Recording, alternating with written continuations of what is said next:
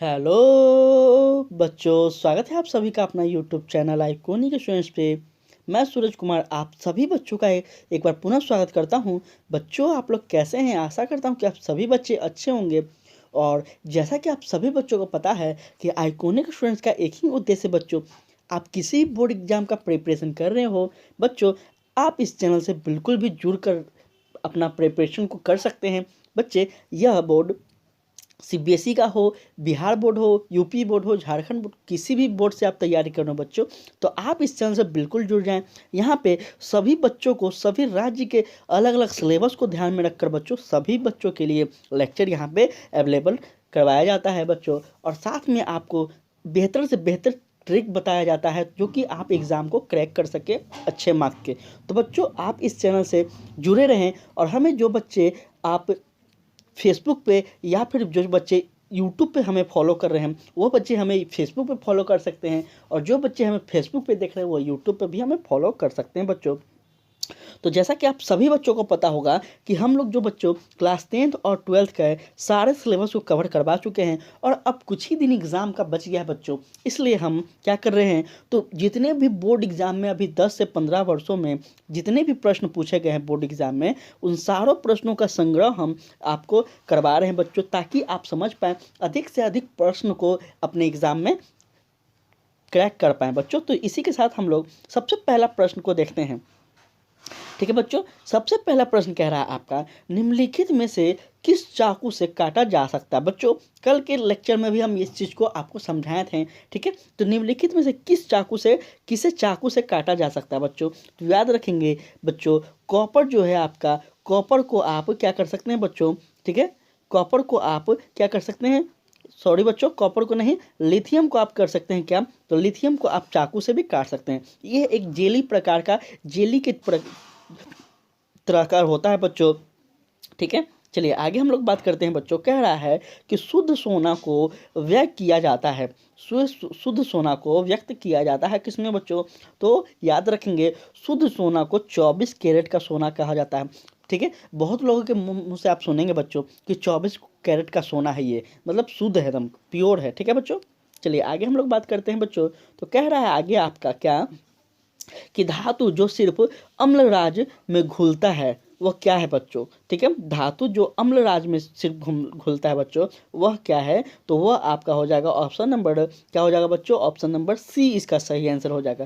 ठीक है बच्चों, चलिए बच्चों, आप सभी से रिक्वेस्ट है कि आप एक बार इस सेशन को शेयर कर दें, ताकि उन सभी बच्चे जो इस बार बोर्ड एग्ज़ाम देने वाले हैं या फिर कभी आगे देने वाले हों, वह इस सेशन से अपने तैयारी को और बेहतर बना सकें। ठीक है बच्चों, चलिए, और आप सभी बच्चों को हम बार बार बोलते हैं कि मेरे प्रश्न जो होते हैं बच्चों वो डायरेक्ट आपका क्या है, तो बोर्ड एग्जाम में पूछा गया प्रश्न है, तो इसलिए आप लोग बिल्कुल भी इसे हल्के में ना लें। ठीक है बच्चों, ये सभी के सभी प्रश्न डायरेक्ट बोर्ड में पूछे गए प्रश्न हैं, और 100% ये प्रश्न दोहराया जा सकता है। ठीक है, चलिए कह रहा है आपका कि पीतल है, क्या है पप्पू? पीतल जो है वह क्या धातु है, अधातु है, मिश्र धातु या फिर उपधातु है? तो बच्चों, पीतल जो होता है वह आपको क्या हो जाएगा? तो मिश्र धातु हो जाएगा। ठीक है बच्चे, मिश्र धातु हो जाएंगे, याद रखेंगे इस चीज़ को। चलिए आगे हम लोग कहते हैं, कौन सा धातु अधातु विद्युत का सुचालक होता है? बच्चों, विद्युत का जो सुचालक होता है, कौन सा अधातु होते हैं? हम आपको कई बार ये सब चीज़ पढ़ाए हुए हैं। और बच्चे, आप सभी से रिक्वेस्ट कर रहे हैं कि आप लोग हमारे जितने भी बच्चों हो, ठीक है, वो सभी बच्चों से रिक्वेस्ट कर रहे हैं कि आप लोग एक बार एग्ज़ाम देने से पहले मेरे नोट्स को ज़रूर आप लोग देख लेंगे। ठीक है, 100% हमारे नोट से आप किसी बोर्ड का तैयारी कर रहे हो उससे बाहर नहीं आएगा। 100% मेरा नोट्स आपके लिए सफिशिएंट है सभी बच्चों के लिए। ठीक है बच्चों, तो एक बार ज़रूर आप लोग मेरे नोट्स को देख लीजिएगा, फ्री ऑफ कॉस्ट है, टेलीग्राम पे सब कुछ दिया गया है, आप लोग एक बार ज़रूर पढ़ लेंगे। ठीक है बच्चों, इसका सही आंसर हो जाएगा बच्चों ग्रेफाइट। ठीक है, ऑप्शन नंबर बी इसका सही आंसर हो जाएगा। चलिए, कह रहा है सोडियम की परमाणु संख्या क्या है? बच्चों, सोडियम की जो परमाणु संख्या है वह क्या है बच्चों? तो आपको सारे कम से कम आपको 30 परमाणु संख्या आपको कम से कम हम पूरा याद करवा दिए हैं। ठीक है बच्चों, तो याद रखिएगा सोडियम का जो परमाणु संख्या है वह क्या है बच्चों? तो वह आपका ऑप्शन नंबर ए हो जाएगा। ठीक है बच्चों, क्या हो जाएगा? सोडियम का परमाणु संख्या 11 होते हैं। ठीक है, चलिए आगे कह रहा है बच्चों, कौन विद्युत का सर्वोत्तम सुचालक है? बच्चों विद्युत का सर्वोत्तम सुचालक कौन सा है? तो आपका ऑप्शन नंबर क्या हो जाएगा? सी इसका सही आंसर हो जाएगा। ठीक है बच्चों। चलिए कह रहा है साधारण ताप पर फास्फोरस का अणुसूत्र है। बच्चों साधारण ताप पर मतलब नॉर्मल टेम्परेचर पे जो फास्फोरस का अणुसूत्र है वो क्या है बच्चों? तो P3 है इसका सही आंसर। ठीक है बच्चों, P3 इसका सही आंसर है। एक बार सभी बच्चों से हम बता दें कि आप लोग सोच रहे होंगे कि सर बहुत स्पीड में क्वेश्चन सिर्फ पढ़ रहे हैं, आंसर बता रहे हैं। तो बच्चों हम सारा चीज़ आपका जो भी मतलब टॉपिक है, जो भी चैप्टर है, उस चैप्टर में हम ऐसा कोई भी चीज़ नहीं छोड़े हैं जो हम अभी एक्सप्लेन करें। सब कुछ हम बहुत ही बेहतरीन ढंग से आपको लेक्चर में पढ़ाए हुए हैं। तो बच्चों आप लोग लेक्चर ज़रूर से ज़रूर पुराने वाले देख लें। ठीक है, अभी मेरा उद्देश्य यही है कि जो 10 से 15 वर्षों में जितने प्रश्न पूछेंगे, जितने प्रश्न अधिक से अधिक हम आपको प्रश्नों का संग्रह दें, ताकि जब आप एग्ज़ाम में बैठें तो आपको सारा का सारा प्रश्न यहाँ से देखने को मिले। ठीक है बच्चों। चलिए आगे हम लोग चलते हैं। तो कह रहा है नाइट्रोजन डाइऑक्साइड NO2 के धुएं का रंग होता है। बच्चों कैसा होता है? ठीक है, नाइट्रोजन डाइऑक्साइड के धुएं का रंग कैसा होता है? तो बच्चों याद रखेंगे भूरा होता है। ठीक है, आप देखेंगे बच्चों कि भूरा कलर का कभी कभी क्या होता है, धुआं होते रहते हैं। ठीक है, आपको देखने को मिलेगा। तो भूरा कलर का जो धुआं होता है वो क्या होता है बच्चों? तो NO2 होते हैं। ठीक है, चलिए आगे हम लोग बात करें बच्चों। तो कह रहा है अश्क के एक्स से गैंग कणों को दूर करने को कहते हैं। किसे? तो समृद्धि को कहते हैं, निष्पादन को कहते हैं, मर्जन को कहते हैं। बच्चों याद रखेंगे इसका सही आंसर आपका ऑप्शन नंबर ए अर्थात समृद्धि इसका सही आंसर हो जाएगा। ठीक है, चलिए आगे हम लोग बात कर रहे हैं बच्चों कि अधातुओं के ऑक्साइड होते हैं। अधातुओं के ऑक्साइड क्या होते हैं बच्चों? तो अधातुओं के ऑक्साइड क्या अम्लीय होते हैं, क्षारीय होते हैं, उदासीन होते हैं, या फिर इनमें से कोई नहीं? बच्चों इसका सही आंसर हो जाएगा आपका अम्लीय। ठीक है, ऑप्शन नंबर ए इसका सही आंसर हो जाएगा बच्चों। चलिए आप लोग सभी बच्चों से रिक्वेस्ट कर रहे हैं कि बच्चों आप लोग अधिक से अधिक कमेंट में अपना आंसर लगाते चलें। ठीक है, ताकि आपको भी पता चल पाए कि आप कितने मतलब अभी तैयार हैं अपने एग्ज़ाम को लेकर। अब कुछ ही दिन आपका एग्ज़ाम का बच गया बच्चों। तो ठीक है, आप लोग भी अधिक से अधिक क्वेश्चन को सही करते चलें। ठीक है, चलिए आगे हम लोग बात कर रहे हैं। कह रहा है कि लाल तप्त आयरन पर जल वाष्प प्रभावित करने पर कौन सा यौगिक प्राप्त होता है? बच्चों लाल तप्त आयरन पर जल वाष्प प्रभावित करने पर कौन सा यौगिक प्राप्त होगा? तो बच्चों इसका याद रखेंगे, आप सभी बच्चों से बता दें कि इसका सही आंसर क्या हो जाएगा? Fe3O4 इसका सही आंसर हो जाएगा बच्चों। यह प्रभावित करता है। ठीक है, कह रहा है जस्ता एवं तनु हाइड्रोलिक अम्ल की अभिक्रिया के फलस्वरूप निम्नलिखित में से कौन सा गैस बनता है? बच्चों याद रखेंगे। ठीक है, जस्ता एवं तनु हाइड्रोलिक अम्ल की अभिक्रिया जब मिलते हैं तो उसके बाद जो गैस का निर्माण होता है वह कौन सा गैस का निर्माण होता है बच्चों? तो H2 का निर्माण होता है। ठीक है बच्चों, H2 का निर्माण होता है। चलिए आगे हम लोग बात कर रहे हैं। तो कह रहा है बच्चों आगे की जो प्रश्न है कि कोई धातु, बहुत ही इंपॉर्टेंट प्रश्न, कोई धातु ऑक्सीजन के साथ अभिक्रिया कर उच्च गलनांक वाला यौगिक निर्मित करता है। यह यौगिक जल में विलय होता है। तो यह तत्व क्या हो सकता है बच्चों? फिर से एक बार आपको प्रश्न को समझा देते हैं। ठीक है, चलिए कह रहा है कोई धातु ऑक्सीजन के साथ अभिक्रिया कर उच्च गलनांक वाला यौगिक निर्मित करता है। ठीक है, तो यह यौगिक जल में विलय होने के पश्चात यह तत्व क्या हो सकता है बच्चों? तो यह तत्व क्या हो सकता है? यह तत्व बच्चों कैल्शियम हो सकता है। ठीक है बच्चों, क्या हो सकता है? कैल्शियम हो सकता है। ऑप्शन नंबर ए इसका सही होगा।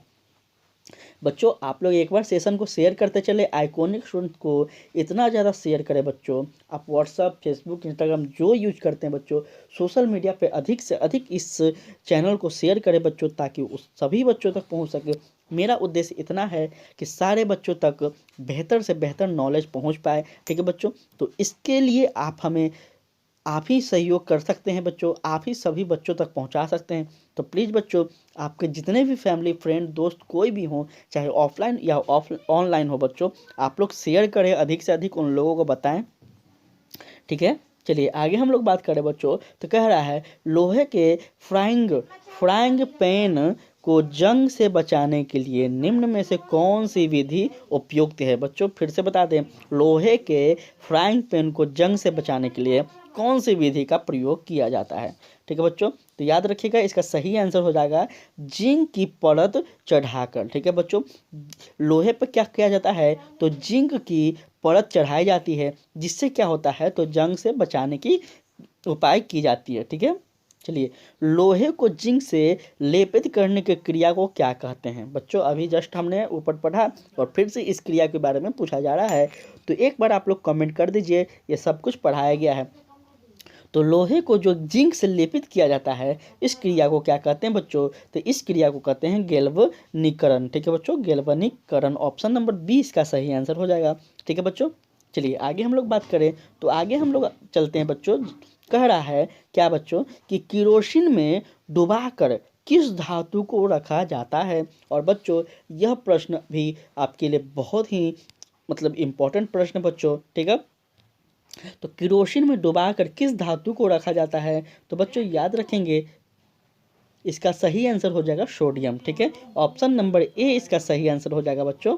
ठीक है, चलिए हम लोग नेक्स्ट चैप्टर की ओर बढ़ रहे हैं बच्चों, तत्वों का आवर्तन समीकरण। बच्चों एक बार सेशन को आप लोग शेयर कर दें बच्चों।